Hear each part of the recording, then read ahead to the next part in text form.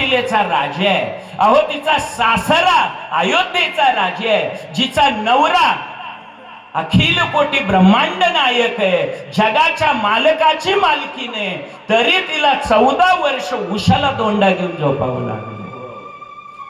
बरोबर आहे? एवढं तर दुःख आपल्याला, एवढं आहे दुःख? अजिबात नाही. माँ सीता ने 14 साल तक सुख की कभी याद नहीं की और दुख की कभी फिरियाद भी किसी के पास नहीं. कुणालाच सांगितलं नाही, सुनैना मातेला नाही सांगितलं, जनक राजाला नाही सांगितलं तिचं नाव सीता आहे. आठवा, यासाठी रामायण यासाठी. बरं का, लक्षात ठेवा. आणि जावाने जावाशी कसं राहावं आठवा थोडं. रामायणात चला, रामायणात चला तुम्ही. जावा जावाचं दाखवलं रामायण. मला सांगा, सीता निघाली वनवासाला, सोबत लक्ष्मण निघालाय, आणि लक्ष्मण बायकोला म्हणतो, उर्मिला चाललो ग मी 14 वर्ष दादा बरोबर. किती? 14 वर्ष चाललो. आपण 4 तासासाठी सोलापूरला जातो तर होय ग जातो, होय ग जातो. 4 तासानं माघारी तर घरी बोंबलं की नाही. हे 14 वर्ष चाललंय, 14 वर्ष चाललंय. आणि 14 वर्ष लक्ष्मणाने, त्यानं उर्मिलेनं 14 वर्ष वाट बघितली. कुठं माहितीये? कुठं? उंबऱ्याला डोकं टेकवून 14 वर्ष वाट. दादा कोंडकेनं त्याच्यावर आपण महाराज गाणं लिहिलं, सुंदर गाणं आहे पिक्चर मधले. पिक्चर बाद आहेत, कोण म्हणतं राव, खूप सांग. झाल्या 3 सांजा करून शिनगार सांजा, वाट पाहते मी ग येणार साजन माझा. उर्मिला वाट बघते नवऱ्याची, कारण सीतेचा नवरा सोबत आहे. तिचा कुठं होता? वाटत रायाच, उंबऱ्याला टेकले बिचारीन पाहत. वाटत रायाच वाजल पाऊल, खट्याळ मनाला लागे कोटीच चाहूल. दिलाच्या देवाऱ्यात बांधीन मी पूजा, वाट पाहते मी येणार साजन. ही उर्मिला जावई बाय. आजच्या जावा तुमचं काय नडलंय, पेटलंय त्या नवरा बायकोला, जाऊ द्या. 14 नाही 28 वर्ष जाऊ द्या, तुमचं काय नडलंय? उर्मिला काही बोलली नाही. मी वाट पाहीन, वाट पाहीन, वाट पाहीन. आणि लक्ष्मण म्हटला, मी पुन्हा येईन, पुन्हा येईन, पुन्हा. हे रामायण आहे, हे रामायण आहे. जावा जावा हे रामायण. बर, फार सुंदर आहे होत्या. राजकारण्यांसाठी तर रामायणानं फार आदर्श दिले. राजकारणी मंडळी खूप आदर्श आहे. अहो, खुर्चीसाठी किती भांडणं आणि खुर्चीसाठी किती पैसे वाटतात. तुम्ही सकाळी बोल ह्या राजकारण्याचे. बर, मी पाकणीत पण पाहतो की ती या पार्टीचं, मी या पार्टीचं. जर पेटू दे त्या पार्ट्या. त्या कार्तिक महाराजांनी रात्रीच सांगितलं बा, सगळ्या पक्षाची कथा सांगितली त्याने त्याला. अरे ते राजकारण खड्ड्यात गेलं, आपण पाखणी करावं हे कशाला विसरता? मी लहानपणी पाहिलंय, लहानपणी माझ्या कोण जरी गावातलं मेलं तरी त्या गल्लीतलं मेलं तरी ह्या गल्लीतल्या लोकांचे डोळ्यात पाणी यायचे. महाराज, पाणी मरण त्याला म्हणतात, त्याला म्हणतात. हे होत. त्यांच्यासाठी सुद्धा खुर्चीच्या जमान्यामध्ये एवढा सायास करणाऱ्या राजकारण्यांनी आदर्श घ्यावा माझ्या भरताचा. भरताला सिंहासन चालून आलंय अयोध्येचं, तरी भरत राजा म्हटला, रामाविना अयोध्येचे राज्य आम्हा तुच्छ वाटते. रामप्रभूची चपला त्या सिंहासनावर ठेवल्या आणि माझा भरत 14 वर्ष रामप्रभूची वाट पाहिली. राजकारण्यांसाठी रामायण राजकारण्यांसाठी. तुम्हाला सांगू का, रामायण कुणासाठी आहे? आई बापासाठी सुद्धा रामायण. ते पुढं मी सगळं सांगणार आहे, दररोज येणार आहे, सुंदर येणार आहे. ते आजच सगळं सांगितलं तर ट्रेलर मध्येच पिक्चर दाखवल्यासारखं होईल. पुन्हा थिएटर रिकामी पडतील असं काही होणार नाही. पुन्हा सांगणार आहे तुम्हाला सगळं. हे सगळे रामायणातली पात्र आहेत. आणि म्हणून देवाला रामप्रभू व्हावं लागलं. रावणाला आणि कुंभकर्णाला मारण्यासाठी. मी सांगत होतो पतिव्रतेविषयी. तुका म्हणे पतिव्रता तिची देवावरी सत्ता. जालंधर नावाचा राक्षस होता. तो राक्षस इतका बलवान होता, इतका बलवान होता, देवालाही इंद्रालाही हार जात नव्हता. इतका बलवान होता. मग हे सगळे देव गेले विष्णू देवाकडे. विष्णू भगवंताची प्रार्थना केली, कुछ तो करो प्रभू, कुछ तो करो, कुछ तो करो प्रभू, कुछ तो करो. प्रभूजी म्हणले करूंगा, जरूर कुछ करूंगा. ते जालंधर युद्धामध्ये गुंतलं होतं. विष्णू भगवंतानी जालंधराचं रूप घेतलं. देव जालंधर राक्षस झाला आणि घरी आला. कुणाच्या? त्याची बायको जालंधराची वृंदा तिचं नाव आहे. ती वृंदा सत्यपतिव्रत आहे. तिच्या घरी आला आणि घरी आल्याबरोबर पतीच दिसले ना त्या बिचारीला. भोळी भाबडी पतिव्रता. या प्रभू पण तुम्ही आलात, तुम्ही आलात, तुम्ही आलात. त्यांची पूजा केली. बा पूजा केली. म्हटले असं आला, असं कसं काही आलं? म्हटले आलो मी. म्हटले पण माझी इच्छा झाली की म्हटले मला आता तुझ्या बरोबर विषय सुख भोगायचे. अहो नाथा युद्ध संपलं म्हटले आणि हा रममाण झाला विष्णू भगवान. तेवढ्या जालंधर युद्धामध्ये मारला गेला. सेवक पळत आले, जालंधर सरकार मारे गए, मारे गए जालंधर सरकार. पळत आले. वृंदा म्हटली जालंधर सरकार मारे गए तो ये कौन है?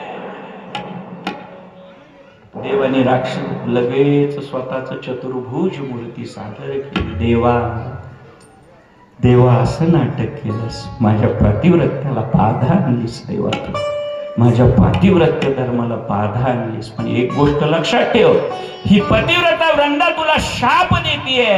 माझ्या नवऱ्याच्या पश्चात तू माझ्या जवळ आलास आणि पुढेही तुझी बायको तुझ्या पश्चात निघून जाईल. देवा हे माझा शाप आहे, तुला मनुष्य केलं राहू. हे यासाठी राम. हे दुसरं महत्वाचं कारण. अनेक पण कारण आहेत. नारदाचं कारण. पण कथा सुरू होऊन 1.5 तास झाले. आपण आज आपल्याला रामजन्म करायचे. साहेब पाळणा बांधा इथं. आपल्याला अर्ध्या तासाने इथं रामजन्म करायचा आहे. यासाठी देवाला यावं बरं का.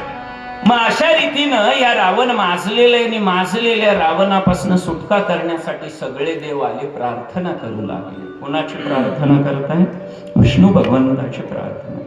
देव म्हटले मी येणार, मी येणार. कुठं येणार, कधी येणार, कुणाच्या पोटी येणार, सगळं सांगून टाकलं देव. मी येणार अयोध्येमध्ये, मी येणार चैत्र महिन्यामध्ये, मी येणार कौशल्याच्या पोटी, मी येणार वसंत ऋतूमध्ये, अहो मी येणार कुलगुरू वसिष्ठाकडनं शिकण्यासाठी, मी येणार रावण कुंभकर्णाला मारण्यासाठी. सगळं सांगून टाकलं देवाने. आनंद झाला. देवाने घर्षणा केली, बोलो रामचंद्र भगवान की जय. ठरलं देवाचं. इकडं थोडं अयोध्येकडे. अयोध्या किती सुंदर आहे. ज्यांनी गेली असेल त्यांनी पाहिलं असेल. गेला असेल तुम्ही, तुमच्यापैकी काही सण अयोध्या पाहिलं. आता तर मोदीजींनी खूप सुंदर बनवले. मोदीजींनी तिचं रूपडच बदललं त्या अयोध्येचं. आता जर चाल तुम्ही तर ते अयोध्याने शरयू पाहिली ना, बस त्यासाठी त्यांना सॅल्यूट आहे मोदीजी. मी काही त्या पार्टीचं नाही बघ का, आणि राजकारण हा माझा विषय पण नाही. चांगलं काम केलंय त्यांनी, खूप चांगलं काम केलं. मी 2018ला गेलो होतो अयोध्येमध्ये आणि 2018ला गेलो. रामलल्लाचं दर्शन घ्यायचं बापू ठरवलं. पाहिलं, रांगेनं गेलो, पाहिलं रामप्रभू कुठे, ताडपत्रीचं अशी तंबू मारला. त्या तंबूत रामप्रभू होते. त्या तंबूमध्ये रामप्रभू होते. मी म्हणलं रामलल्ला कहाँ है? तिथल्या पोलिसाला विचारलं, हे क्या इस तंबू में ही रामलल्ला है? तंबू मध्ये. आणि मी तिथं यायच्या आधी पाहिलं सगळे महाल आज पण अयोध्येत आहेत.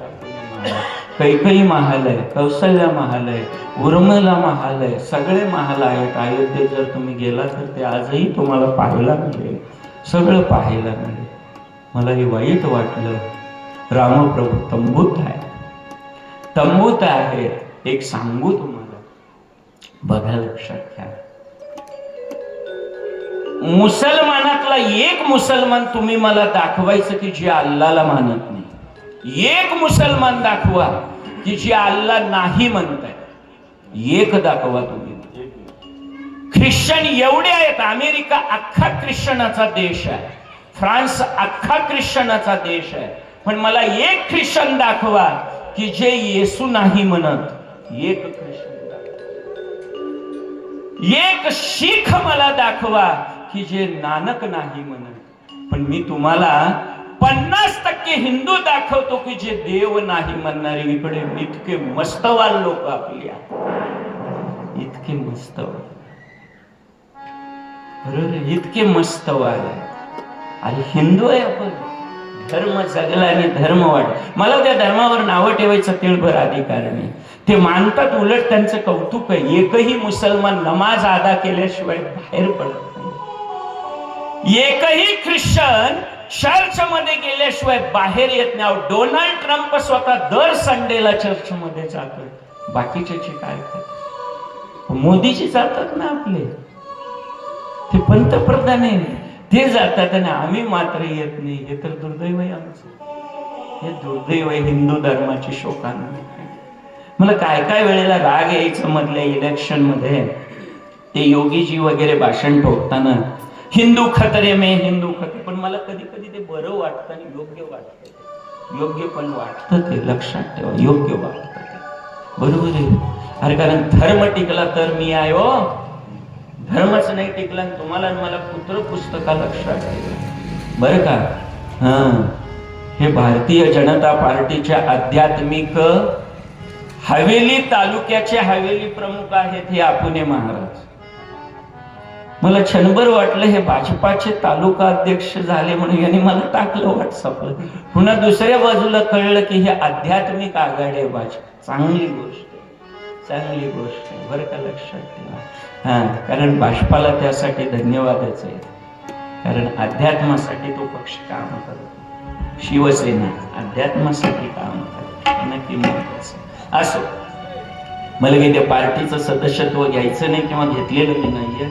आणि विषय धर्म टिकला तर आपण टिकतो हे लक्षात ठेवा. धर्माची गरज आहे. आणि मग ठरलं अयोध्या नगरी आहे. अयोध्या म्हणून निर्मित नगरी. गदिमाने फार सुंदर वर्णन केलं त्या अयोध्येचं. गदिमाने सुंदर वर्णन, म्हणून निर्मित नगरी.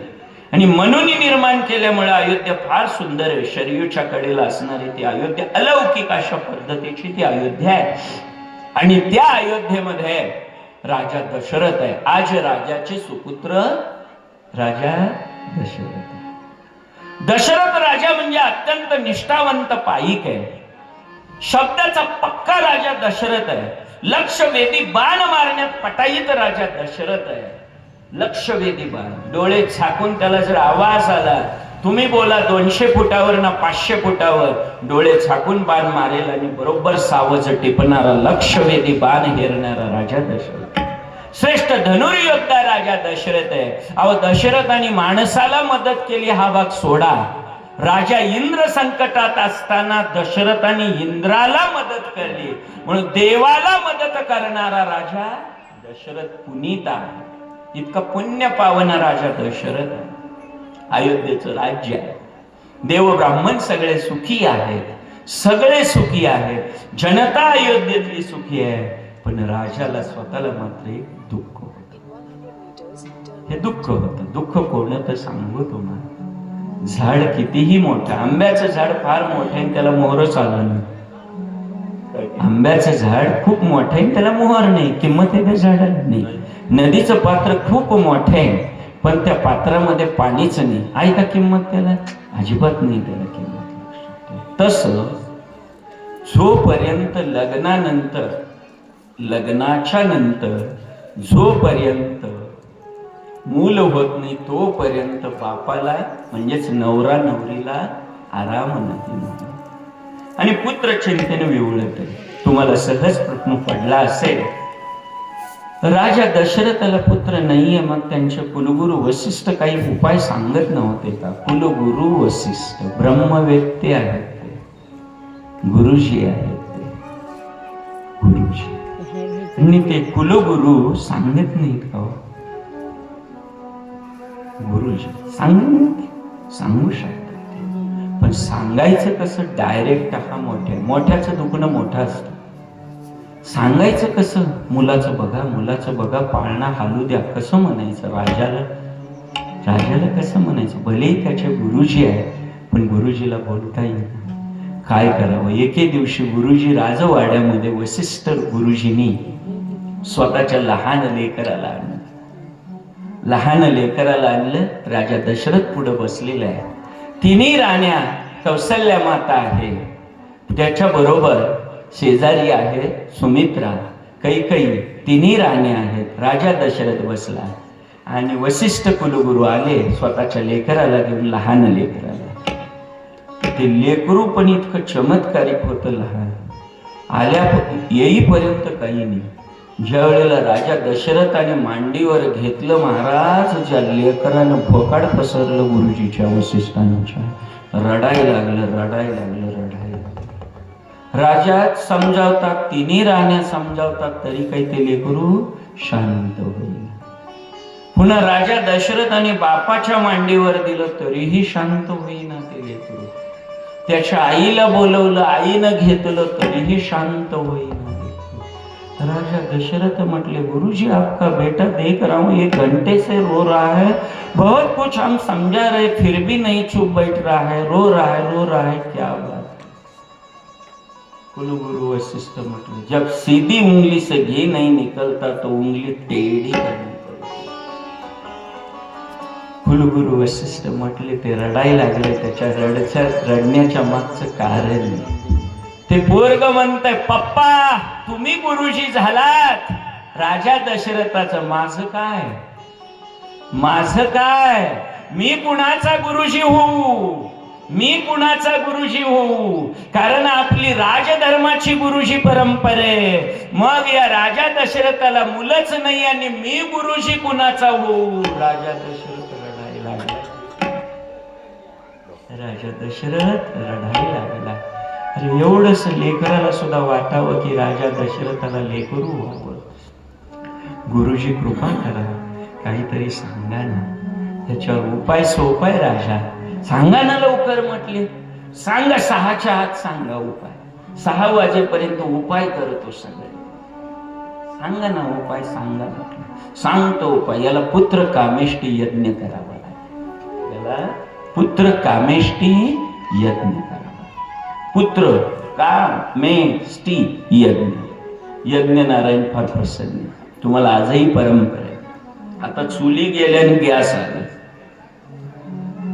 चुली गेल्या, गॅस आले, मॉडर्न जमान्यातले आम्ही. पण मलाही चांगलं माझ्या आईचं आठवतं. आई चहा जरी सकाळी केला ना, त्या पातेल्यातला चहा कुणाच्या कपात ओतण्याऐवजी थोडा चहा त्या चुलीत ओतायची आणि मग द्यायची आम्हाला प्यायला. ही परंपरा आहे.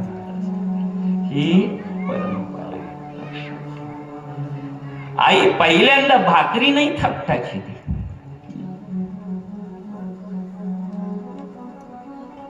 एवढंच पिठाचं ते तव्यावर टाकायचे, त्याला शेकायचे, ते भाजल्यानंतर काढायचे, चुलीत टाकायचे. मी पाय चुकला अशी का करते? भूक लागली, त्या चुलीला का खाऊ घालते? तर आईला माहिती आहे ती चूल म्हणजे अन्नपूर्ण आहे. ती अन्नपूर्ण आहे आणि जोपर्यंत अन्नपूर्ण समाधानी नाही तोपर्यंत आपण हे आईचे संस्कार, चुलीचे संस्कार. मग ते यज्ञ नारायण चुलचे अग्नी आहे.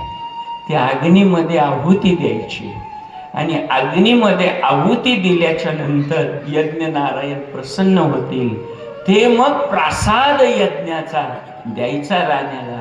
राणी गरोदर होईल आणि पुत्र संतती होईल. हा राजा उपाय. मग सोपाय गुरुजी मोठा यज्ञ करतो, पण राजा त्याच्या आधी तुला अरण्यात जाऊन 3 श्वापद मारावी लागते.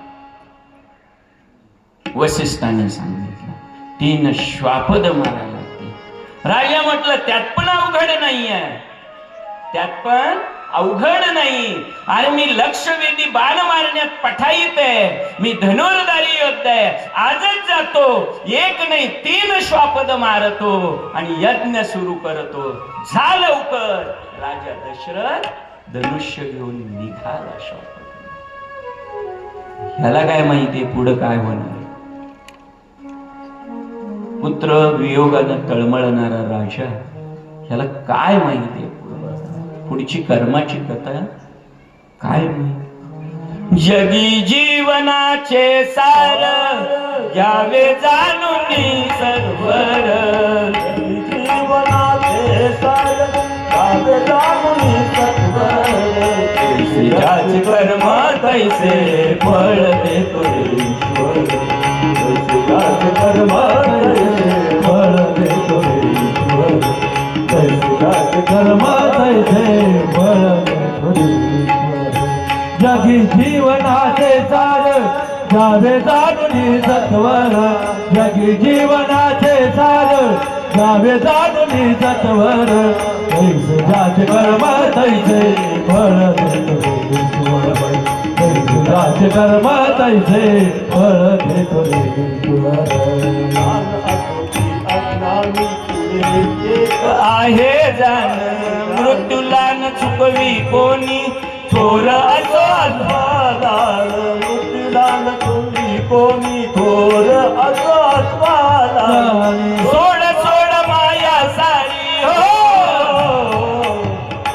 सोड सोड माया सारी, जग असे नश्वर, राज कर्म तैसे फळ देतो ईश्वर, राज कर्म तैसे फळ देतो ईश्वर, राज कर्म तैसे फळ देतो ईश्वर. क्षणिक सुखासाठी कोणी होतो नीती भ्रष्ट, कुणी जीवन आपले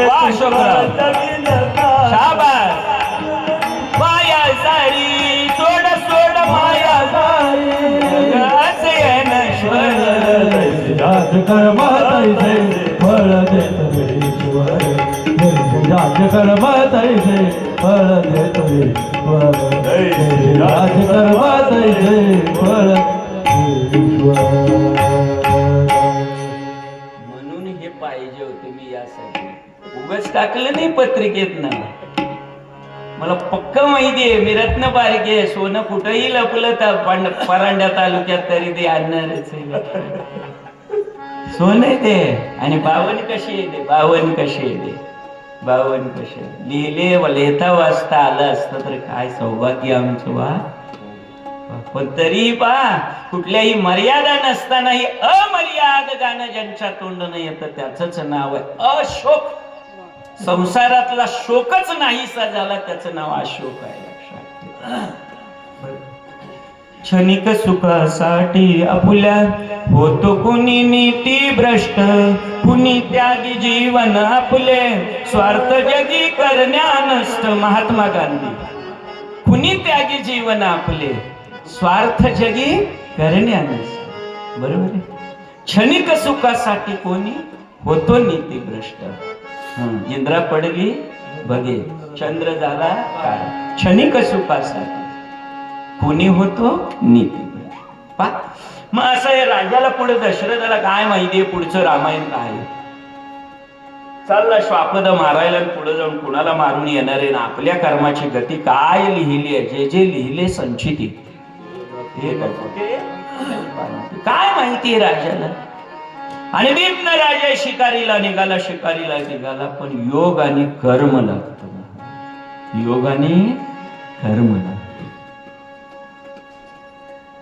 योग असा की सकाळी दिवस उगवायला राजा गेला शिकारीसाठी.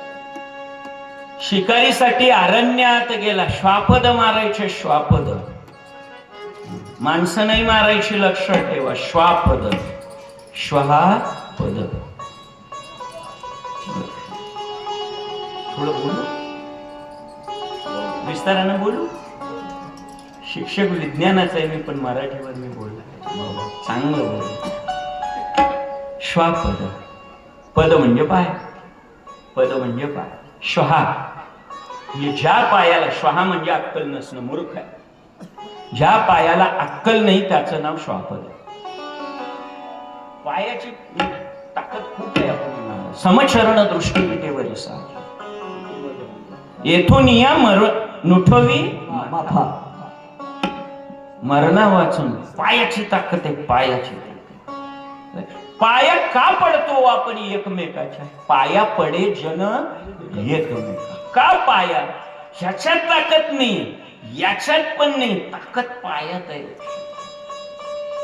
पण त्या पायाला अक्कल नाही की रामायण चालू आहे, मंडपात यायला पाहिजे म्हणून. ही अक्कल कुणाला नाही, कुणाला नाही. पायाला, पायाला. कुणाच्या पायाला? माणसाच्या पायाला अक्कल असते असं तुकोबरायला माहितीये. ही अक्कल जनावराला नाही. आता कुत्र्याला गावातल्या काय माहितीये? रामायण चालू आहे, सप्ताह चालू आहे, काय माहितीये त्याला? ही अक्कल प्राण्यांना नाही. त्यांचं नाव श्वापद. आणि ते श्वापद मारायला राजाने सकाळी सूर्य उगवल्यापासून अंधार पडेपर्यंत एक पण श्वापद सापडलं. तळ्याच्या कडेला राजा बसला पण एक पण शिकार मिळाली नाही. राजा हाताश. रात्र झाली, 8-9 वाजले, एक पण श्वापद नाही. राजाने विचार केला, आता रात्री हरणाचा कळप पाणी प्यायला येईलच. एका झाडावर राजा चढला. झाडाची पुढची पानं काढली राजाने. तळ दिसावं आणि तळ्याच्या जवळचं हरिण पाण्याला आलेलं दिसावं. आता मी हरिणच का म्हणतो? रामायण इतकं गूढ आहे ना, तुम्हाला सांगू. कारण तहान सगळ्यात जास्त लागते हरणाला. हरणाला का तहान जास्त लागते?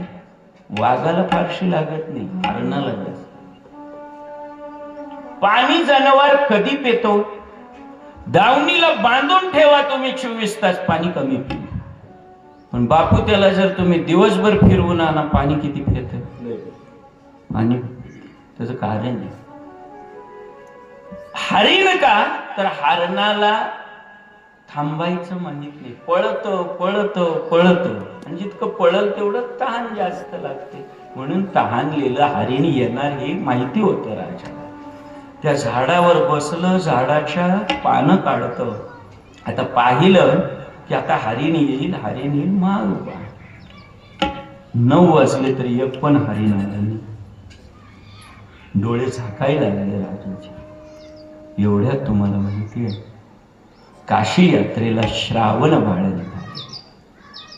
श्रावण बाळाचे आई वडील जन्मजात आंधळे. जन्मजात, जन्मांध म्हणतात. म्हणजे ज्याला जन्मल्यापासून डोळेच आले नाही त्याचं नाव जन्मांध. जन्मता आंधळे. आणि जन्मता आंधळे असणारे हे श्रावण बाळाचे आई वडील, त्यांनी इच्छा प्रकट केली, श्रावण आम्हाला देव नाही रे पाहत आहे, देव नाही पाहत आहे. आंधळे असलो देव नाही. एक आंधळ देवळाच्या बाहेर रोजच आरतीला यायचं आणि टाळ्या वाजवायच्या. रोज एक आंधळ आरतीला यायचं आणि टाळ्या देवळाच्या बाहेर वाजवायचं. देवळाच्या बाहेर. बरं का? आपल्यात होतं ते बापू आंधळा. बिचारा गेला तो बापू, आंधळा होता. त्याला सगळं गाव आंधळा बापू, त्याला सगळं आंधळा बापू. पण भोजनं काय म्हणायचं? आमच्या तिरमा मामाच्या गिरणीत गेलेल्या एखादी बाईला वाटलं नाही की गिरणीत किती उशीर लागतोय. दळून देणारी ती सात्विक माऊली आणि ही बापूची भजनं. गिरणीतला वेळच संपत नव्हता, वेळच संपत नव्हता.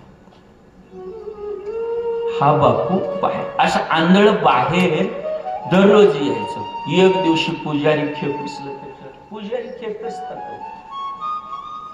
खेकसतात तेच पुजारी. ते पुजारी खेकसला. आंधळ्या, रोज काही तुझ्या बापाचं गठोडे काय म्हटले? रोजच येतो, रोजच येतो. बरं तू आंधळ आहे म्हटलं, जन्मान देस, तुला काही देव दिसणार आहे होय रे आंधळ्या?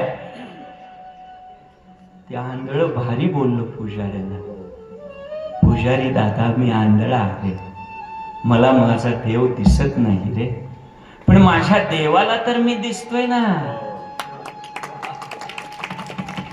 माझ्या देवाला तर मी दिसतोय ना रे. आंधळ्या आंधळ म्हटलं, पुजारीची बत्तीशी बंद झाली. मी देवाला पाहण्यासाठी मी येत नाही, अरे माझ्या देवानं मला पाहावं यासाठी मी येतोय.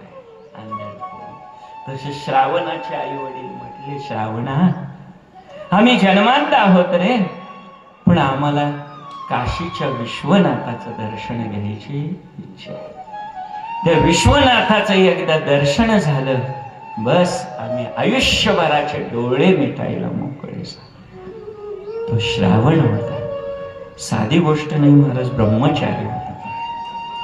तो ब्रह्मचारी आहे आणि तो ब्रह्मचारी श्रावण आई वडिलांची सेवा करायचा महाराज. तुका म्हणे माय बापे अवघी देवाचीच. मी नेहमी बोलतो पोरांनाही वर्गामध्ये मी नेहमी सांगत असतो, देवळात जायची गरज नाही. जरूरत नहीं इंसान हर दिन मंदिर जाए, जरूरत नहीं इंसान हर दिन मंदिर जाए, मगर ये जरूरत है कि इंसान जहां भी जाए वहां मंदिर बने. पत्थर के मूर्त के सामने दिया जलाने की जरूरत नहीं मेरे साहब.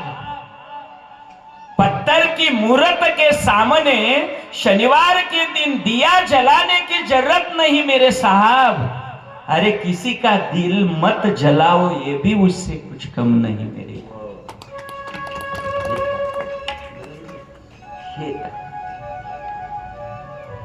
म्हणून मी नेहमी पोरांनाही वर्गात सांगतो, पोरांना देवळात नाही गेला तरी चालेल, कारण देवळातला देव तुम्हाला बघत नाही ना, तुम्हाला दर्शन देत नाही देत, नाही देत.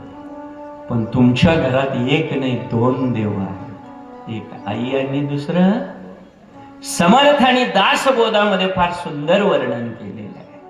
सकळ तीर्थाची धुरे जये का माता पितरे, तयेशी स्वशरीरे लोन कीजे. सगळ्या पृथ्वीवरची तीर्थ जरी तुम्ही आणली आणि ते जर तुम्ही त्या तीर्थाला पूजा नाही तर तीर्थात आहे का? तीर्थी धोंडा पाणी, देव रोकडा सज्जन. देव कुठे आहे? सज्जन आहे. ते सज्जन कोण? अरे तुझ्या आई वडील, त्याच्या पाया पडा. बस कशाची गरज.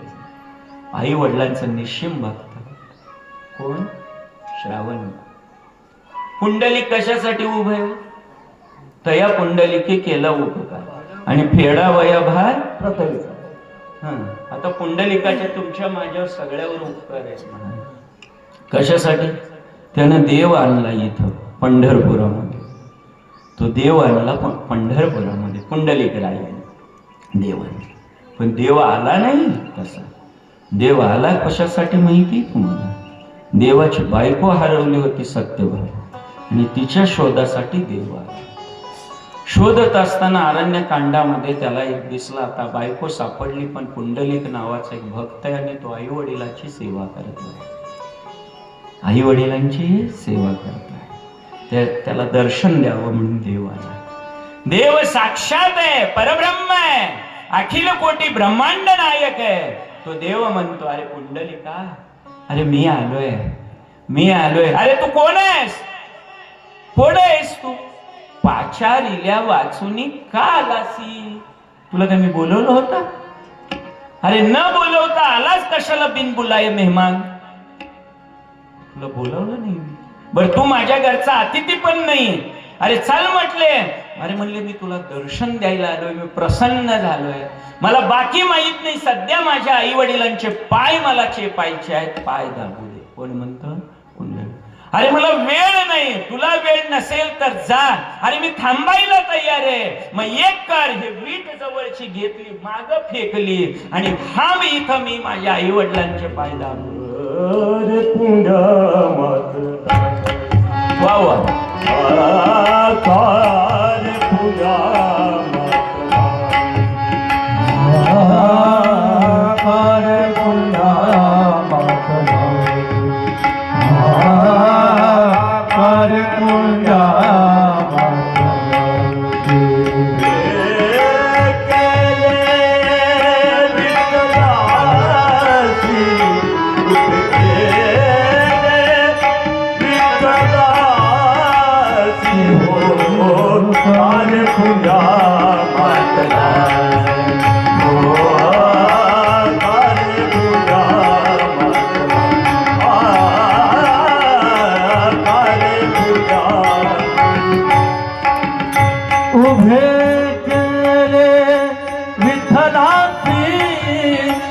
उभे केले विठ्ठलासी करे पुंजा मातरासी करे पुंजा मातरासी करे पुंजा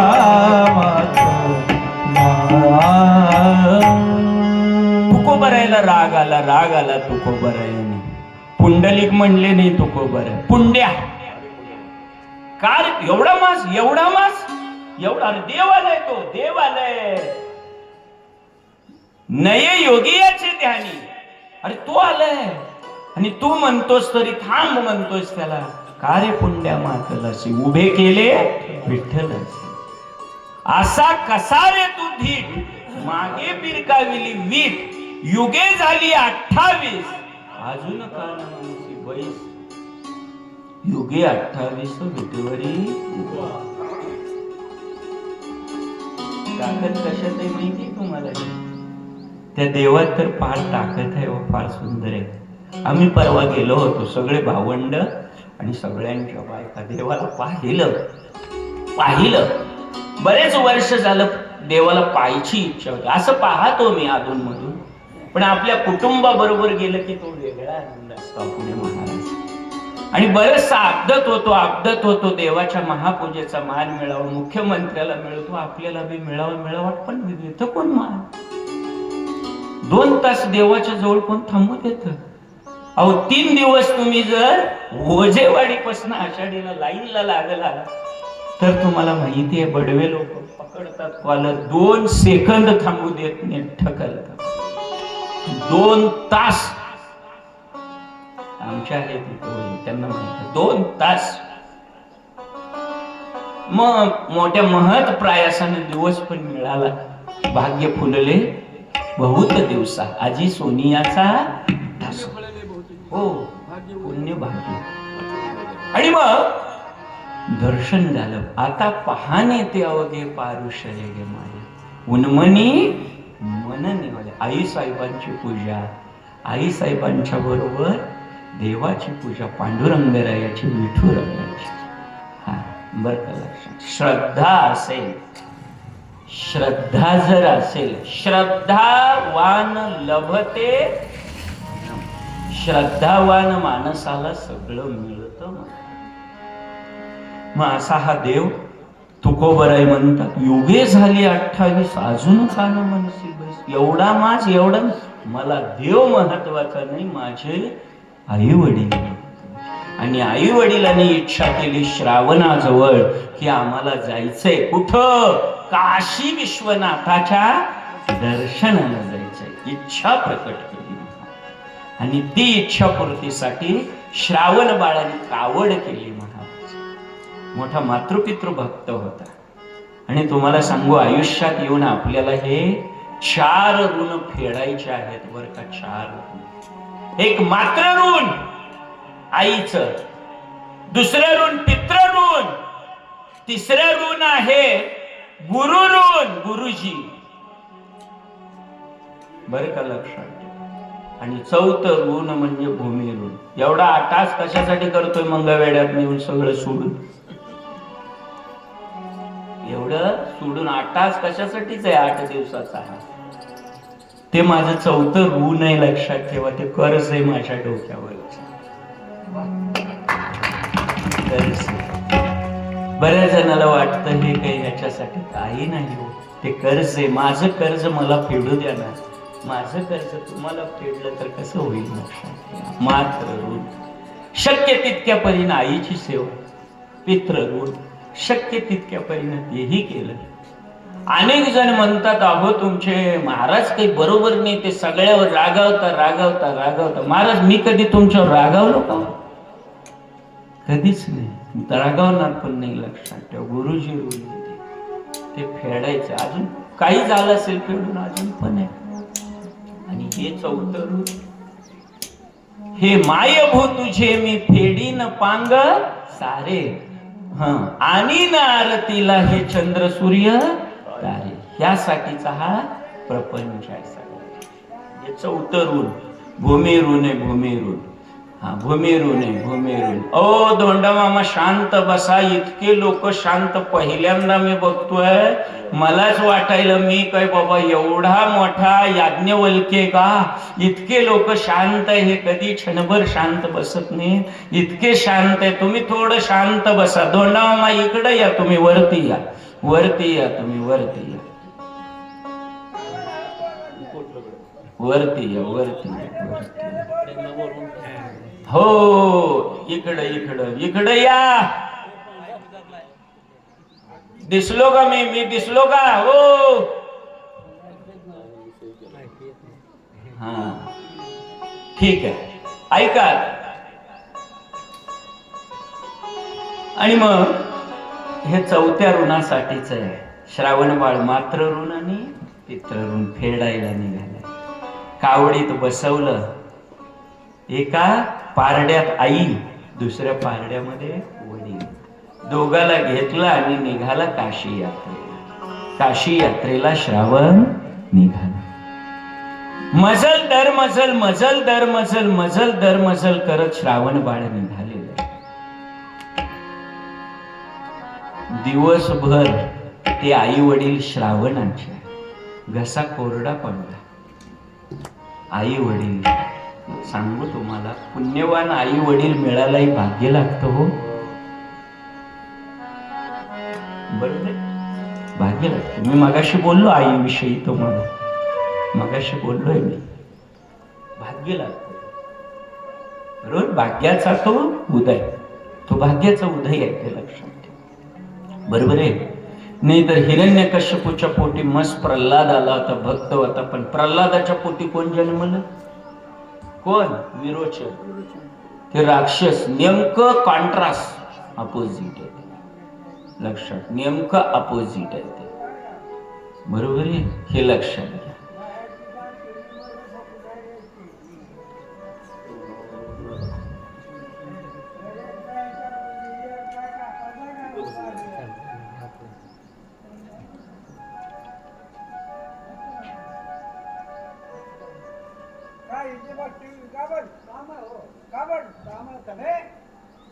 दत्तानंद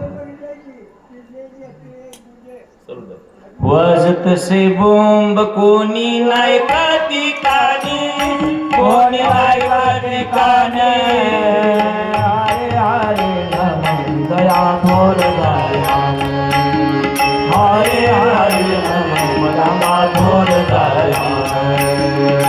वाजत से कोणी नाही काने, कोणी नाही काने.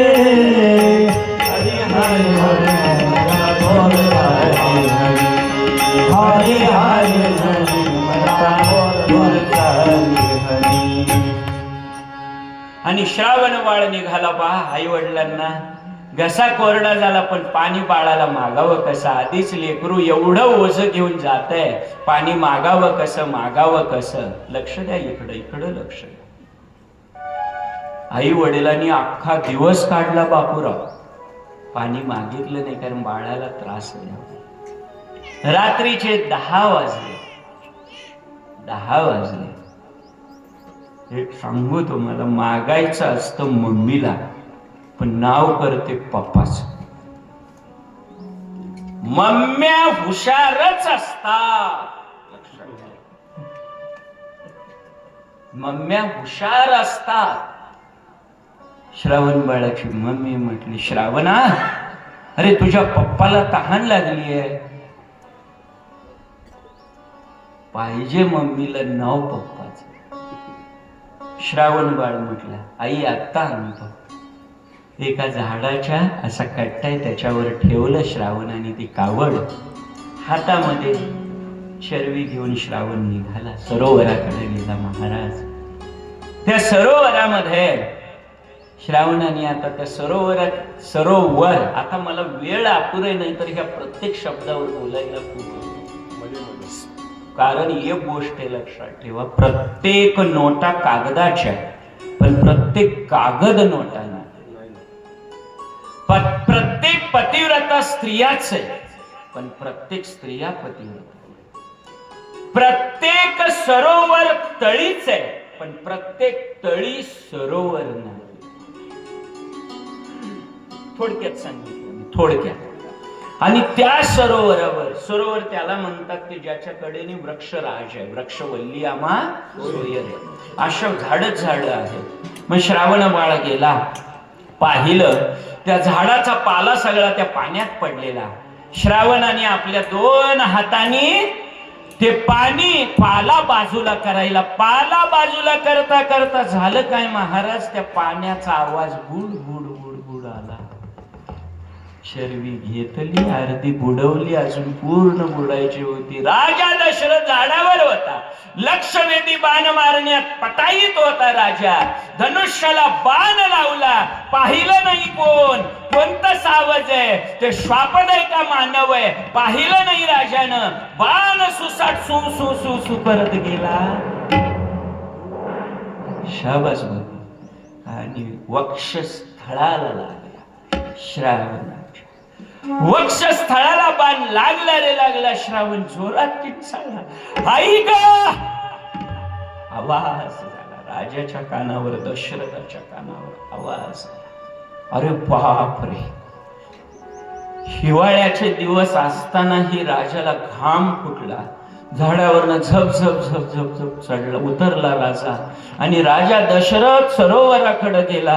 पाहिलं राजा दशरथाने, एक तरुण आहे, त्या तरुणाचा कमरे इतका भाग पाण्यात आहे, शरीर पाण्याच्या बाहेर आहे, आणि त्या पाण्यावर सुद्धा रक्त सांडलेलं आहे. राजाने ती पाहिलं. अरे अरे अरे देवा, काय पुण्यकर्मी माणसाकडनं हे पाप कसं काही घडलं देवा, पाप कसं काही घडलं. बाळा मला माफ कर, बाळा माफ कर, माफ कर. तू कोण आहेस, माफ कर. 2 प्रश्न विचारले राजा दशरथाने. माफ कर, क्षमा कर मला, तू कोण आहेस. पहिलं मला सांग, तू कोण आहेस. राजा म्हटला, बाळा मी अयोध्या नरेश, अजनंदन, सूर्यवंशी राजा दशरथ आहे. राजा तुझ्याविषयी खूप ऐकलं होतं रे, मी खूप ऐकलं होतं. तू राजा असा आहेस की राजानं स्वर्गातल्या इंद्राला प्रत्यक्ष मदत करणारा राजा. तू आज काय केलंस, माझ्या आंधळ्या आई बापाची तू काठी हिरावून घेतलीस. राजा हे काय केलंस, राजा काय केलंस. अरे राजा मी माफ करेन, मी क्षमा करेन, पण एक सांगतो, माझे आई बाप तुला माफ करणार नाहीत राजा, माफ कर. कारण त्या आंधळ्याची मी काठी आहे राजा, त्या आंधळ्याची मी काठी आहे. पण एक करतो का राजा म्हटले. सांग ना दादा काय करू. राजा हे रडू लागला, गळगळ अश्रू वाहत होते. हे एवढं पाणी माझ्या आई वडिलांना हे म्हटले. मला खात्री आहे माझ्या पश्चात ते जीव देतील याची मला खात्री आहे, पण मरताना मी असतो तर पाणी पाजलं असतं. राजा आता तूच त्यांचा पुत्र हो आणि पाणी पाज माझ्या. डबडबल्या डोळ्याने राजा दशरथाने ते पाणी भरून घेतलं. पाण्याने भरलेला तो चरबी कलश घेऊन राजा निघाला. धाडस काय राजाचं. आंधळे श्रावणाचे आई बाप असे बसले. 50 फुटावर राजा बसलाय, येऊन थांबलाय. राजाच्या मनात प्रश्नाचं काहूर आहे. पाणी प्या म्हणावं तर आवाज ओळखतील, कोण आहे तो म्हणतील. आणि त्यांना जर कळलं श्रावण नाही आणि मी वेगळाच आहे तर ते पाणी पिणार नाही. काय करावं राजा विवंचनेत आहे. आणि श्रावणाची आई रडू लागली. श्रावणा श्रावणा श्रावणा, बाळा तुला पाणी आणायला अंधाऱ्या रात्री पाठवलं म्हणून रागावलास बाळा, रागावलास. किती वेळ झाला श्रावणा, किती वेळ झालास. माफ कर बेटा, पाणी नाही आणलं तरी चालेल. एक वेळ नरडं आमचं कोरडं पडू दे, पण आमच्या आत्म्याचा आत्माराम तू आहे श्रावणा. आई रडाई, आई रडतीये श्रावणाची. बापही रडू लागला. अहो आंधळ्या डोळ्यातले ते ओघळणारे चेहऱ्यावरचे अश्रू राजाने पाहिलं.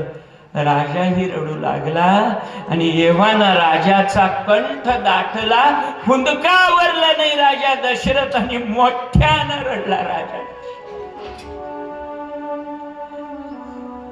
राजा दशरथ मोठ्याने रडला, आवाज ओळखला, कोण आहेस तू, का रडतोस, का रडतोस तू, का रडतोस, माफ करा मला. अरे कशासाठी माफी ते तरी सांग. तुमच्या एकुलता एक पोरगा, तुमच्या आंधळ्याची काठी श्रावण माझ्या हातनं मारला गेला, घ्या पाने, फेक तिकडं तो कलश. तू कोण आहेस, तू कोण आहेस. अरे मी अयोध्या निवासी अजनंदन सूर्यवंशी राजा दशरथ आहे. अरे राजा खूप ऐकलं तुझ्याविषयी, आग लागो तुझ्या वैभवाला. अरे आमचा पोटचा गोळा तू राजा घालवलास, पण आमच्या दोघांचाही शाप आहे, तुला शाप आहे. आमच्या आंधळ्याचा जीव तू नेलास राजा, तू सुद्धा मरताना तुझ्या पुत्र वियोगानच मरशील राजा, पुत्र वियोगानं मरशील. आणि दोघांनी जीव दिला. राजा दशरथ आणि तिघाची प्रेत उचलली, चिता रचली राजा दशरथाने, भडाग्नी दिला, अंत्यसंस्कार राजा दशरथाने केले. कभी खुशी कभी गम याने राजा दशरथ अयोध्येकडे राजा दशरथ अयोध्येकडे आला रे आला. पहिल्यांदा आलेल्या राजा दशरथ गेला कैकेयीच्या महाला. कैकेयी खूप सात्विक आहे होती. जगामध्ये एकाही स्त्रीचं नाव कैकेयी नाही, जगात एकाही बाईचं नाव कैकेयी नाही. मंदोदरी आहे, कौसल्या आहे, सुमित्रा आहे, उर्मिला आहे, श्रुतकीर्ती आहे, मांडवी आहे, पण जगातल्या कुठल्याही बाईचं नाव कैकेयी. कैकेयी रूपवान होती, 3 राण्यांतल्या आवडती राणी. रात्रीचे 1 वाजलेले आहे. अयोध्या निवासी सगळे झोपलेले आहेत आणि अंधाऱ्या रात्री कैकेयीच्या महाली राजा गेला. कैकेयीनं पाहिलं राजा येतात, पतिव्रता दी. कैकेयी आवरून सावरून बसली, डोक्यावरचा पदर सरसावला कैकेयीनं. राजा रडतच पुढे आला होता. का रडता महाराज, काय झालं, का रडता, का रडता राजे, का रडता तुम्ही. कैकेयी काय सांगायचं म्हटली, काय सांगायचं, माझ्या हातून आज फार मोठा अपराध घडला आणि श्रावण बाळाला मी मारलं पुत्र वियोगाने. दोन्ही आई वडील मेले, 3 माणसं मेली ग माझ्या हातनं कैकेयी, 3 माणसं. बाई जी खरी असते स्त्री, ती स्त्री नवऱ्याला आवरते आणि सावरते, आवरते आणि सावरते. वाक्य नीट आहे का. ती खरी पतिव्रता आहे, जी नवऱ्याला आवरते आणि नवऱ्याला सावरते.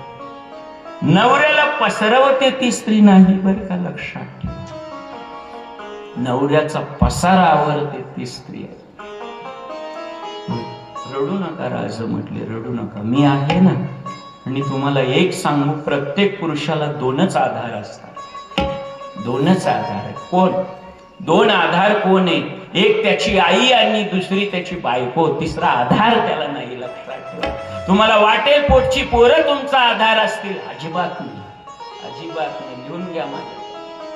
तुमचा आधार तुमची आई, तुमचा दुसरा आधार तुमची बायको आहे. प्रत्येक पुरुषाने हे लक्षात ठेवायचं, हे लक्षात ठेवा.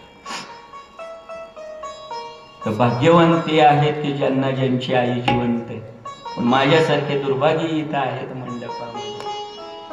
तुम्ही भाग्यवान आहे, भाग्यवान आहे, भाग्यवान आहेत आप्पा. परवा मागच्या 8 दिवसात आप्पा आईकडे होते. मी फोन लावला, आप्पा सप्ताह जवळ येतो, यायचंय तुम्हाला, किसन आप्पा कराड. आणि आप्पा बोलले मला, आणि आप्पा मला म्हटले आईला देऊ का, यांच्या आईला. तुमचा आप्पा वय 500 आप्पाचं वय, 75 गाठ. पण आवाज कसा आहे, आवाजाला तंबाखू माहित नाही, आवाजाला दारू माहित नाही, म्हणून आवाज गोड आहे. हे त्याचं द्योतक आहे. आईला देऊ का, मी म्हटलं द्या. आता आप्पाच्या आईचं वय 100 ओलांडले. 100 ओलांडले. मला वाटलं यांना काय ऐकू यावं, ते पण फोनवर. ते पलीकडनं म्हटले हॅलो. म्हटलं ओळखलं का आजी, मी डेपे सर बोलतो मंगळवेढ्यावर. हो ओळखलं आप्पा नेहमी तुमचं नाव घेतात. म्हटले ओळखलं, कसे आहात तुम्ही सर. कान शाबूत 100 ओलांडले. कान शाबूत, दात शाबूत, डोळे शाबूत. आणि आजही आप्पांची आई स्वतःच्या भाकरी हाताने करते चुलीवर. भाग्यवानात तुम्ही, भाग्यवानात की ते आई त्यांची जिवंत आहे. आणि म्हणून ते भाग्यवान आहे ज्यांची आई जिवंत आहे, बरं का, लक्षात ठेवा. आणि दुसरी अर्थ तुमची बायको, आई ज्यांची गेली निदान बायको तरी असावी. मी उद्या बोलणार आहे बायकोवर, आज नाही बोलत. आज वेळ संपत आला. मलाच वाटलं होतं पहिल्यांदा 3 तास काय बोलावं. खरंच आहे बरं का. जे जे पूर्वीला सामर्थ्य तयार केलं. अजून मला 3 राण्या गरोदर पाहिजे आहे, त्या 3घींचं डोहाळ करायचंय, मग जन्मय महाराज. पण कृपा या व्यासपीठाची. आणि मी का उगाच तुम्ही बसलं कधी 1 तर 7 वाजता म्हणून. मला खात्री आहे तुम्ही अगदी समरस असाल माझ्याशी. झालं मग बायको आवडते, सावरलं काही ना. काळजी नका करू, पण मी एक करते राजे, मी एक करते सरकार. काय करते काही काय करते. एक काम करते. मी काही जरी झालं, मी स्वतः विधवा होते, पण माझ्या 4 सुना मी विधवा करत नाही राजे. मी आयुष्यभर विधवा म्हणून राहीन, पण माझ्या सुना मी विधवा करत नाही. मी कैकईच्या पार्टीचं असं काही जणांना वाटेल, पण हे रामायण आहे. हे रामायण आहे, तुलसीदासजीचं आहे. कैकई माझ्या सुना नाही विधवा करत मी. राजा मला माहिती आहे, त्यासाठी मला श्रीरामाला वनवासाला पाठवावं लागणार आहे.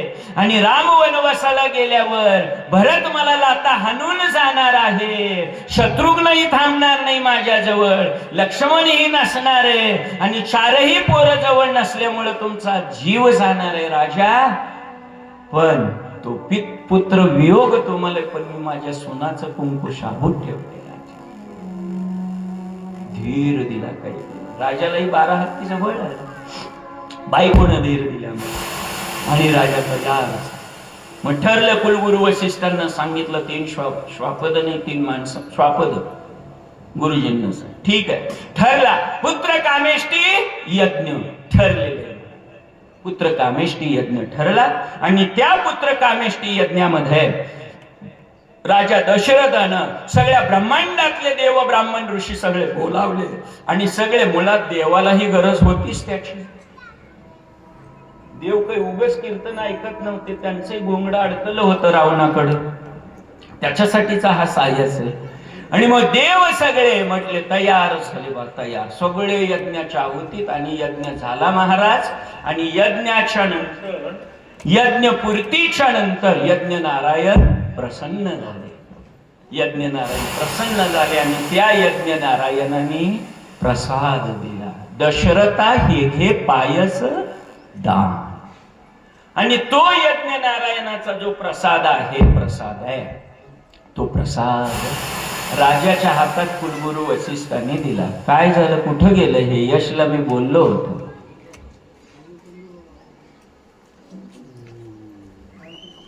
आधी पोरं कुठे.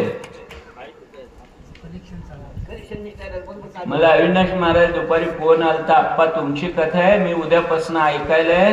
आजच्या दिवस त्या सगळ्या माझ्या लेकरांना कथेला बसवा म्हटले. तुमची कथा म्हणजे अवर्णनीय आहे, मला माहिती आहे. ती लेकरही आमची त्यातनं बोध घेतील म्हटली. लेकरं बसली पंख्याखाली.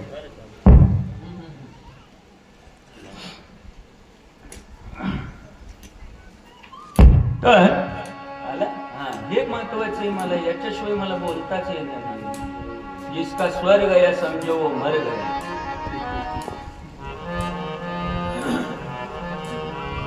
ठरलं बा, यज्ञ नारायण प्रसन्न झालं, ते प्रसाद मिळाला यज्ञ नारायणाच्या वशिष्ठाच्या हातात दिला. कुलगुरू वशिष्ठांनी त्या यज्ञाचे प्रसादाचे 3 तुकडे केले, 3 तुकडे. आता ते आण्यात वाटणे, आण्यात. आता रुपये आहे. आम्ही लहान असताना आण होतो पुणे महाराज आपल्या लहान एक आणे मी पाहिले स्वतः. आप्पाच्या दुकानला मी घेऊन यायचं 2-4 आणे, 4 आणे माहिती आहे, 8 आणे, 12 आणे, 16 आणे मी पाहिले. तुमच्यापैकी बऱ्याच जणांनी पाहिले. ते प्रसाद 16 आण्याचं आहे आणि त्या 16 आण्याच्या प्रसादाचे 2 भाग केले कुलगुरू वशिष्ठांनी आणि निम्मा भाग 16 आणे कुणाला दिला? कौशल्याला. कौशल्य निम्मा भाग कौशल्य. पूर्ण ब्रह्मा आहे तो श्रीराम. कौशल्य राहिले 8 आणे. 8 आणे कौशल्याला निम्मा, राहिले 8 आणे. त्या 8 आण्याचे पुन्हा 2 भाग केले. 4 आणे, 4 आणे. तुलसीदासजीचं वर्णन आहे. 4 आणे, 4 आणे. ते 4 आणे कुणाला दिले? उर्मिलेला. आणि ते 4 आणे दिले कैकेयीला. पण तुम्हाला माहिती आहे, प्रथम तो भाग कौसल्येसी दिला, तेने राग आला कनिष्ठेसी.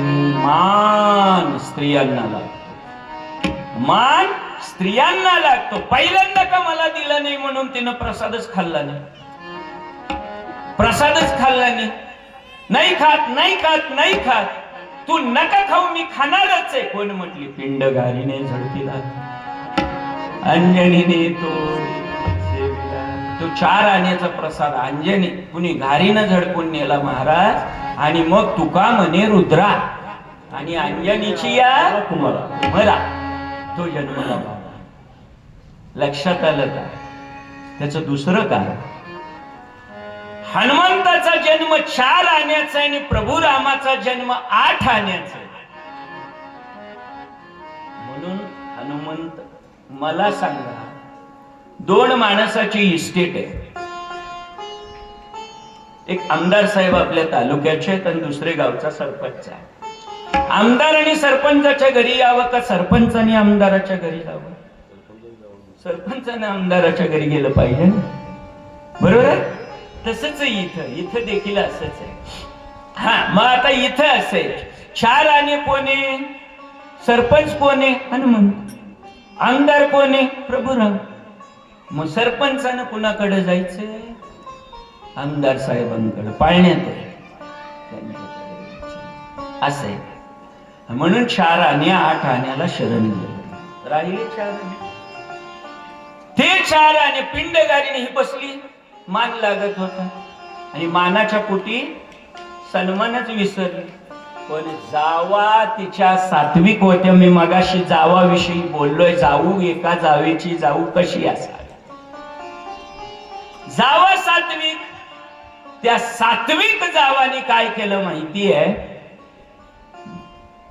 ह्या जावनं, कुठल्या? कौशल्यानं. कौशल्य सात्विक आहे म्हणून तर देव उगाच कुणाच्याही पोटी येत नाही महाराज. तिनं जे 8 आणे दिलं होतं त्याचे पुन्हा निम्म केले, 4 आणे केले. आता हिनं तिचे 2 भाग करेपर्यंत कौशल्यानं तोपर्यंत 1 से बढ़कर 1 जावा आहे. जावा सात्विक जावा. अरे कौशल्य देते का नाही वाट पाहिली नाही. उर्मिलेनं आपल्या हातातलं दिलं कुणाला? कैकेयीला दिलं.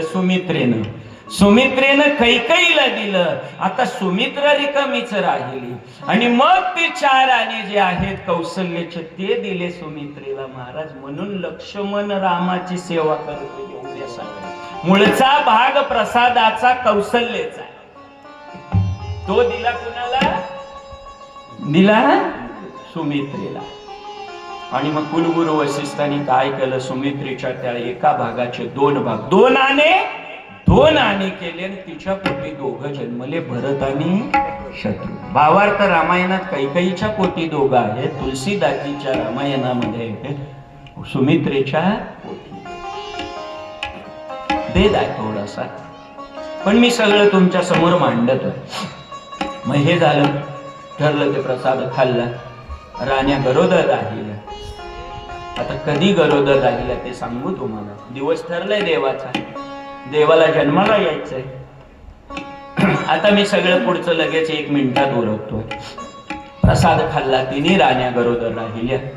आणि त्या गरोदर राहिल्याच्या नंतर कुलगुरू वसिष्ठ म्हणाले, धर्मशास्त्र ऐसे डोहळे पुसावे आणि इच्छिले पुरवावे म्हणून.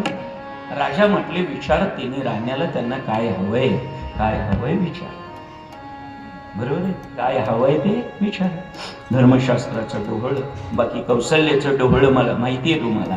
मला धनुष्यबाण द्या, बाहेर लगेच जाते, रावणाला मारते, देवाला सोडवते. कौशल्य आणि रे धनाज मारे न रावणा, आणि रे धनाज मारे न रावणा,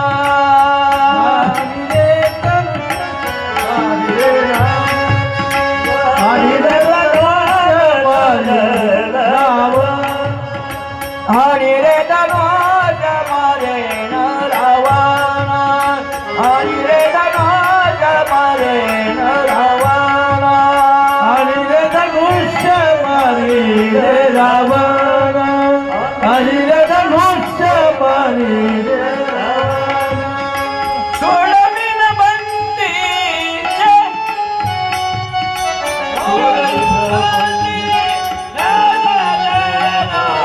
आणि रे रावण मारी रावणा, आणि रे धनुष्य मारी रे रावणा, आणि रे धनुष्य मारी रे रावणा, आणि रे रावण मारी रे. आणि रे धनुष्य मारीन रावणान, सोडविन बंदीचे देव सारे. कौशल्य उर्मिलेचं डोहाळ.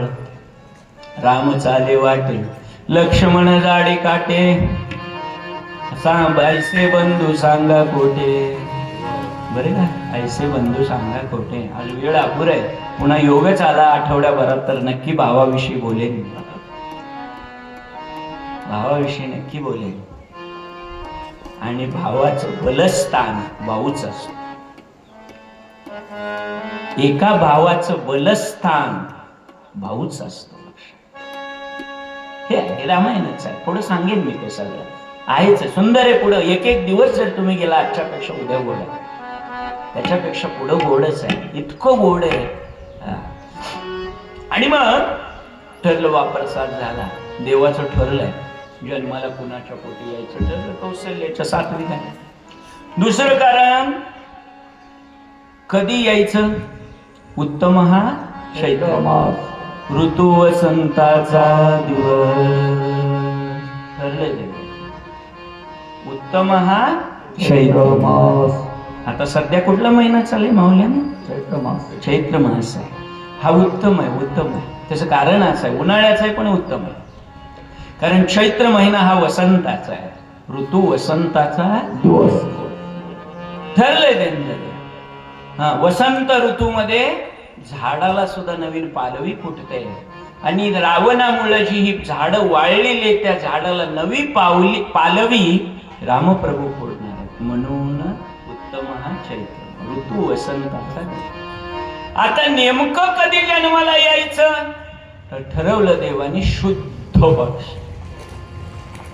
कृष्ण पक्षात नको. प्रतिपदा ते पौर्णिमा हा शुद्ध पक्ष आहे, आणि पौर्णिमा ते अमावस्या हा कृष्ण पक्ष आहे. कृष्ण म्हणजे काळा, कृष्ण म्हणजे काळा आहे तो पक्ष, त्यात नाही आली म्हणजे शुद्ध पक्ष. बरं, आता शुद्ध पक्षात केव्हा? प्रतिपदा, द्वितीया, तृतीया, चतुर्थी, पंचमी, षष्ठी, सप्तमी, अष्टमी, नवमी, दशमी, एकादशी, द्वादशी, त्रयोदशी, चतुर्दशी. 14 तिथ्या ओळीनं उभारल्या. रामप्रभूच्या गळ्यात हार घालायला 14 तिथ्या ओळीनं उभारले श्रीरामासमोर. श्रीरामाने पाहिलं, पहिली तिथी प्रतिपदा. अहो घालू द्या ना, हार घालू द्या ना, घालू द्या ना. द्वितीय तिच्यापेक्षा हावरी निघाली, तृतीय तर आणखी हावरट, चतुर्थी तशीच. श्रीराम बघू लागले ह्या सगळ्या स्थिती हावरे आहेत, फक्त यातली एकच स्थिती या 14 मधली एक आहे की जिनं मान खाली घातली आहे आणि उजव्या पायाचा अंगठा माथीनं उखरते. या अर्थी ही तिथी निरपेक्ष आहे, निर्लोभी आहे, निराभिमानी आहे आणि त्या तिथीचं नाव आहे नवमी. नवमी त्याचा अजून एक अर्थ आहे, अजून एक. नव म्हणजे नाही, मी म्हणजे अभिमान, तीळ मात्र जरी होय अभिमान, आणि मेरू तो समान भारत. ज्या तिथीत मानच उरला नाही, निंदा स्तुती ज्याला समान पै झाली, अशी जी स्थिती तिचं नाव. आणि तिसरं कारण सांगू का? पुणे महाराज गणिताच्या भाषेत सांगतो, गणिताच्या भाषेत. ज्यांना गणिताचं ज्ञान आहे, यश जरा मोबाईल उघडा मोबाईल, त्यातलं कॅल्क्युलेटर ओपन करा. कॅल्क्युलेटर ओपन करा. केलं? आता मी सांगतो ते पटपट करायचे. 3 गुणिले 3 करा. 3 गुणिले 3 किती आलं उत्तर? 9 आलं. बरोबर. आता पुन्हा करा 9 गुणिले 3, 3नच गुणा. 9 गुणिले 3 करा. किती आलं? अहो पटपट 27 आलं. 27 आलं म्हणजे झालं काय? 2 आणि 7 किती झाले? 9. आता 27 ला 3 न गुणा पटकन 81 आलं. 8 आणि 1 9. 81 ला 3 न गुणा किती आलं सांगा लवकर? किती आलं? 243. 2 आणि 4 6 आणि 3 9. त्याला पुन्हा 3 न गुणा किती आलं सांगा? हे जो कॅल्क्युलेटर बंद पडलं, रात्रभर तुम्ही गुणा, रात्रभर गुणा, सगळ्याची बेरीज 9च आली पाहिजे. 9च म्हणून सगळ्याची बेरीज 9च येणार. अहो तुम्ही त्याला आडवं बी करा न उभं बी करा. ज्याला पाढे येतात त्याला माहिती आहे. ज्याला पाढे, अहो आमचे गुरुजी काय मारायचे पाढे पाठ नाही. कुठलाही पाडा काढा तुम्ही आडवी पण बेरीज करा. 9-8-72 आडवी पण करा, 9च येणार. ही 9ची ताकद आहे. म्हणून देवाने ठरवलं नवमीला जन्म द्यायचा. पांडा हे समोरच्या लाईटी लावा की कुठे गेले पांडा? हा, आणि मग ठरली बा नवमीची तिथी. आणि मग शुक्ल पक्ष ही नवमी, उभे सुरवरते योमी. अवकाशात सगळे 33 कोटी देवानी गर्दी केली की रामप्रभूचा जन्म व्हावा, रामप्रभूचा जन्म व्हावा. आणि म्हणून मग अयोनी संभव प्रगटला हा राघव. तो हा दिवस माध्यानाशी दिनकर, फळभरी होय स्थिर. सूर्य डोक्यावर म्हणजे 12 वाजले, 2 प्रहर झालेली आहे. आणि त्या वेळेला काय झालं महाराज? देवाचा जन्म झाला. तो हा आजचा दिवस आहे. शुक्ल पक्ष नवमी, उत्तम हा चैत्र मास, ऋतू वसंताचा दिवस. या दिवशी प्रभू बोलो प्रभू रामचंद्र भगवान की जय. हा श्रीरामाचा गदिमाचं पुस्तक उघडा म्हटलं तर मी एवढ्यासाठी तुम्हाला फार गोड आहे. राम जन्म लाग सखे, राम जन्मला, राम जन्म लाग सखे, राम जन्मला, राम जन्म लाग सखे, राम जन्मला, राम जन्म लाग सखे, राम जन्मला, राम जन्म लाग सखे, राम जन्मला, राम जन्म लाग सखे, राम जन्मला, राम जन्म लाग सखे, राम जन्मला. आश्रमात या कधी सावराग राम, आश्रमात सावराग राम, राम जन्म लाग सखे, राम जन्मला, राम म्हणा राम जन्मला, राम जन्म लाग सखे, राम जन्मला, राम जन्म लाग सखे, राम जन्म लाग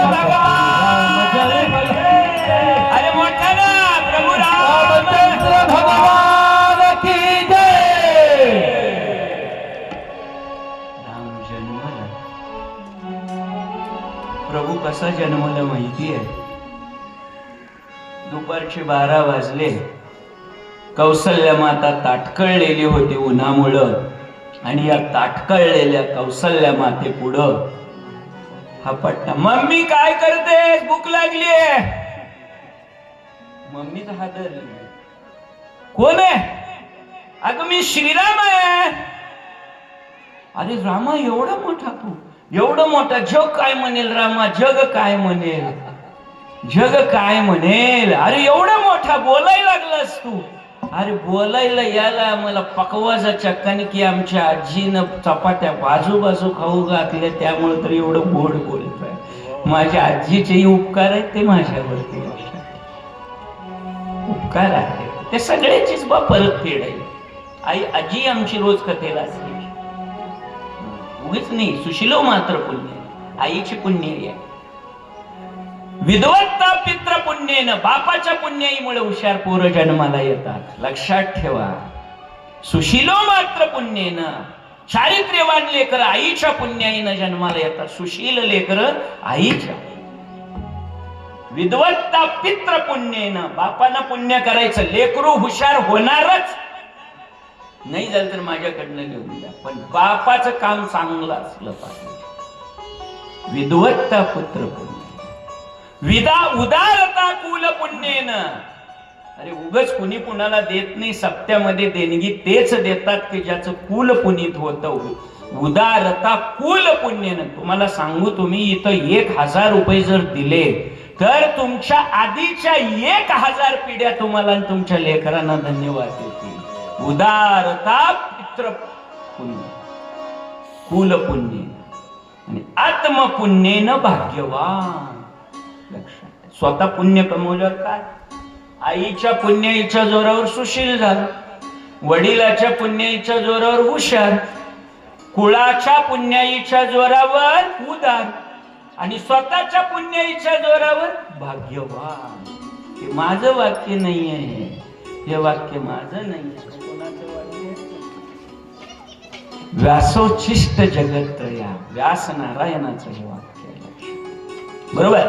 आणि मग बोलले, रामा लहान व्हा, तुम्ही लहान व्हा, एवढं मोठं काय म्हणेल, बस आपण दोघंही म्हणून बरं आहे. तिसऱ्या कुणी पाहिलं तर काहीतरी लोक बोलतील, लोक बोलतील. रामा लहान, आणि राम लगेच लहान झालं महाराज, आणि रडाय लागलं महाराज. रामाने जे टाहो फोडला रामाने. सगळे अयोध्या आली राजमहालामध्ये कौशल्याच्या, आणि सगळे अयोध्या आनंदानं नाचू लागली. आनंदुर्याची आनंदू सभाई अभ्यंतरी अवघा.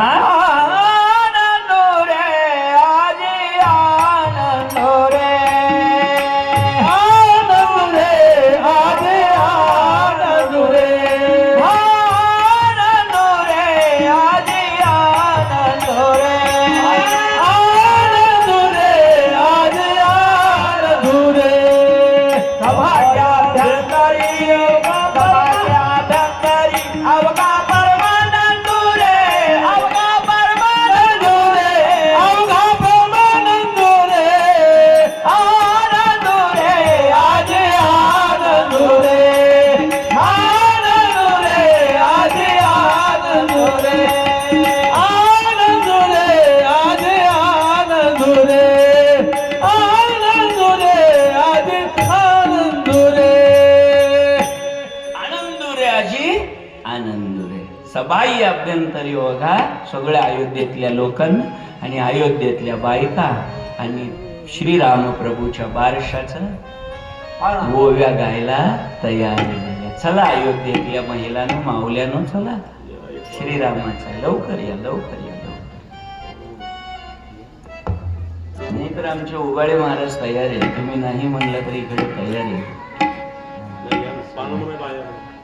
तेच की त्यांनाच बोलतो, सुवासिनींचा मान नाही. चला चला चला चला चला, वेळ अपुरे, वेळ अपुरे आपल्याकडे. 1 मिनिट सुद्धा कथेत थांबलं नाही पाहिजे. चला जयाताई, चला चला, अजून 1-2 घेऊन या. बस लय पण गर्दी नको, अजून 1-2 या. चला जयाताई, या तुम्ही. हा चला, महादेव ताई या या या लवकर या या. बाद झाल्या चार, अजून एक या. 5 बाद झाल्या. 5 सुवासिनी म्हणजे पवित्र. चला या. त्यांना एक माहिती द्या पटकन. ते पाडलेच असेल तर द्या, उत्तम आहे. तुम्हाला हे कळलं पाहिजे, हजर जबाब पाहिजे, पुढं काय लागलं.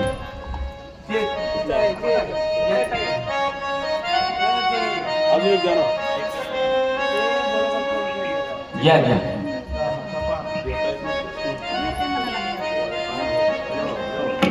शाबाश बाबा, क्या बात है.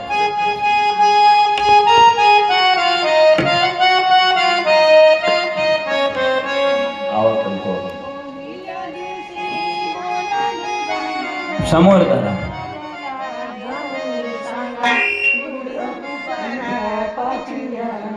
दशरथ राजाला जाऊन सांगा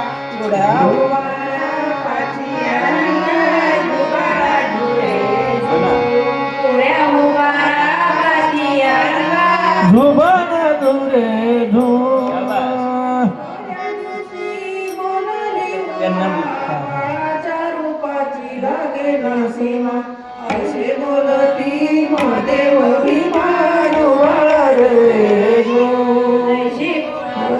महादेव भीमा डोळा रे जो.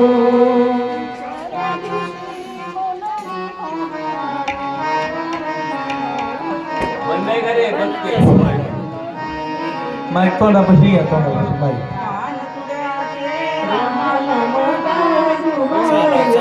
हे धुबाळा दुरे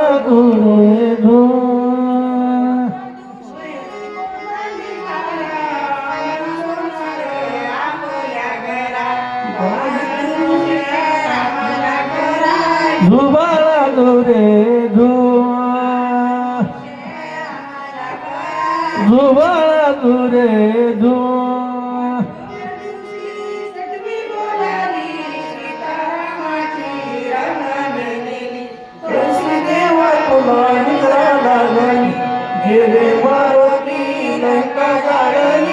धुबाळा दुरे धु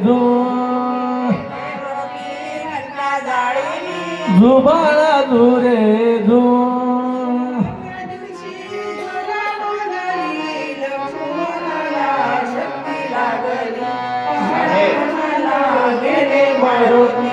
जिवंत केले उर्मिला पती धुबाळा दुरे धु धुबाळा दुरे धु.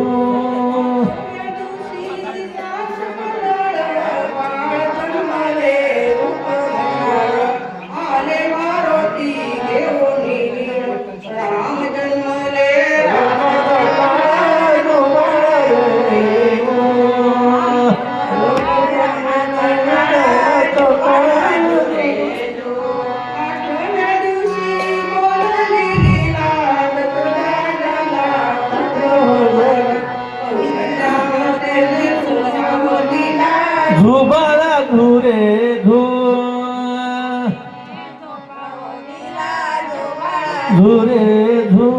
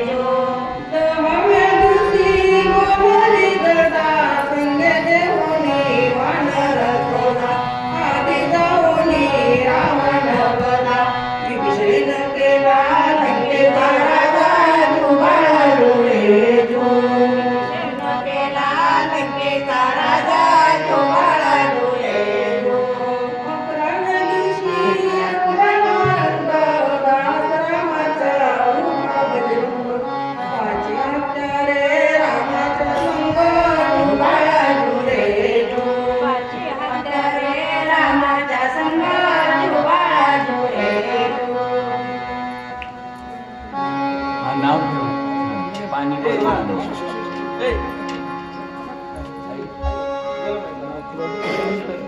श्रीरामाला खेळण्यापूर्वी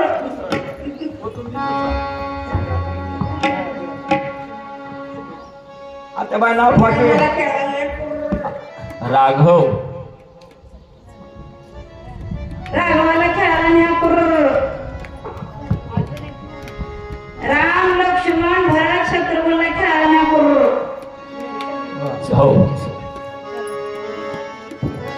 धन्यवाद धन्यवाद धन्यवाद. फार गोड वाटलं बघा बरं, किती गोड वाटलं. प्रभू रामाचा जन्म कौसल्याच्या उदरी झाला. त्याचबरोबर सुमित्रेच्या पोटी लक्ष्मण आणि शत्रुघ्न जन्माला आले आणि कैकेयीच्या पोटी भरत जन्माला. तिन्ही राणींनी 4 लेकरांना 4 सुपुत्रांना जन्म दिला. तो हा दिवस शुक्ल पक्ष ही नवमी आणि ह्या दिवशी जन्म झाला. रामाचा आनंद झाल्यावर हित आनंद व्हावा काय नवल, पण स्वर्गातल्या देवानी फुलाचा वर्षाव केला अयोध्येवर. अयोध्येवर फुलांचा वर्षाव सगळ्या 33 कोटी देवानी आकाशातून केलेला आहे. अयोध्येवरती सगळी अयोध्या फुलानं सजली. महाराज फार सजली आहे. वेळ अपुर आहे, नाही तर एका मराठी चित्रपटात अयोध्येवरचं गाणं आहे. अयोध्येवर फार सुंदर आहे ते, पण वेळेचं बंधन आहे ना आपल्याला. इतकं सुंदर आहे ते. सिद्धार्थ जाधवाचा पिक्चर आहे तो मराठीतला. फार सुंदर आहे ते. असो पुन्हा कधीतरी योगी आहे. अजून आपल्याला 8 दिवस आहे. सगळं काही आजच आपल्याला नाही. तर मग ह्या चौघांचा जन्म झाला. रामप्रभू तर सगळ्यात गोंडस होते महाराज. किती सुंदर ते राजस होते, सुकुमार होते. अहो पाहता क्षणी पहावं इतके सुंदर रामप्रभू होते. राजस सुकुमार राजस सुकुमार मदनाचा पुतळा. राजस कुमार मदनाचा पुतळा. राजस सुकुमार मदनाचा पुतळा. राजस सुकुमार मदनाचा पुतळा. राजस कुमार मदनाचा पुतळा. राजस कुमार मदनाचा पुतळा. राजस कुमार मदनाचा पुतळा. राजस कुमार मदना. सुकुमार सुकुमार रवी शशिकला लोपलिया. रवी शशिकला लोपलिया. राजस कुमार मदनाचा पुतळा. राजस चंदनाची उटी लोपलिया. रवी शशिकला लोपलिया. कस्तुरी मलवत चंदनाची उठी. कस्तुरी मलवत चंदनाची उठी. रुळे माळकंठी वैजयंती. रुळे बाळकंठी वैजयंती. रुळे बाळकंठी वैजयंती. मार मदनाचा पुतळा. राजस कुमार मदनाचा पुतळा. राजस कुमार मदनाचा पुतळा. हळकुंडासारखं पिवळं दमक शरीर, सफरचंदासारखे लालबुंद गाल, पण भक्तासाठी तो सावळा झाला. वैजयंती माळ गळ्यात आहे, कस्तुरीचा मळवट आहे, चंदनाचा नाम आहे. आणि त्या रामाला पाहिल्यावर अयोध्यातल्या स्त्रिया पागल झाल्या. सीता किती पागल होईल, जानकी किती पागल झाली, किती पागल झाली, किती पागल झाली. हे उद्या आहे, हे उद्या आहे. अखिल कोटी ब्रह्मांड निवासी अजनंदन सूर्यवंशी राजा दशरथ यांचे ज्येष्ठ सुपुत्र चिरंजीव प्रभू रामचंद्र, मिथिला नरेश, जनक राजा यांची ज्येष्ठ सुकन्या चिरंजीव सौभाग्यवती कांक्षिणी जानकी यांचा शुभ विवाह गोरज मुहूर्तावर शुक्ल पक्ष दशमी 27 मार्च 2026 वार शुक्रवार सायंकाळी गोरज मुहूर्तावर 6:19 होणार आहे. पत्रिका मी सांगितली आहे तुम्हाला, पत्रिका लग्नाची सांगितली आहे.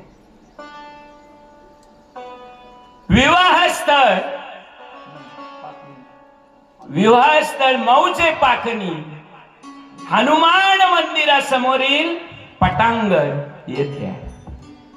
विवाहानंतर सर्वांसाठी भोजनाची यथेच्छ व्यवस्था केलेली आहे. पण पत्रिकेतली शेवटची टीप आहे, कृपया आहेर स्वीकारले जाणार आहे.